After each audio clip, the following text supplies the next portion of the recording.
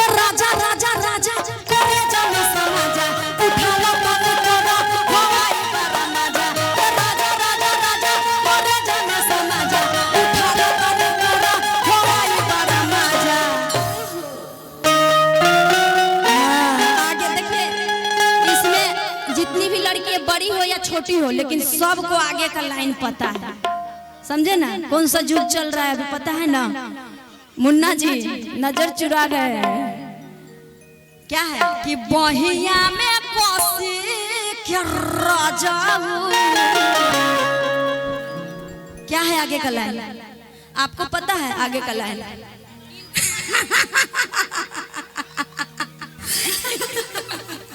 अरे हम हंसे तो उधर से कौन हंसा जी।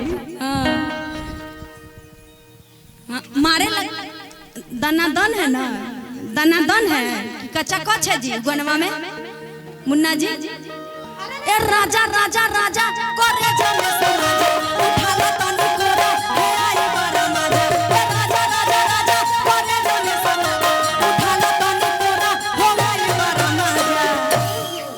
अब बहिया में कोसी के राजा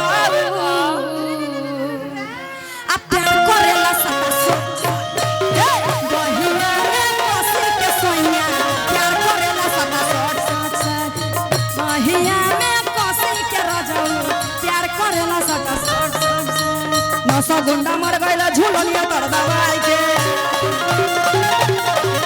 अरे नौसा गुंडा मर गईला झूलनिया तर दवाई कि न सिंगार न पटार लागो तारू जान मार माए दो। अरे जिया जियो तो हर गजरा कटार देखी भाई में बीमार माए दो। कि बोला कैसे ओ बोला कैसे ओ चूजा भाई किनी मुखरा बुझा भाई किनी मुखरा बुझा भाई किनी मुखरा बुझा भाई।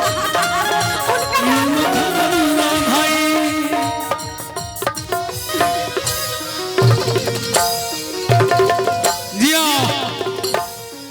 नागिन अरे जियो जियो कोबरे इधर है जियो जियो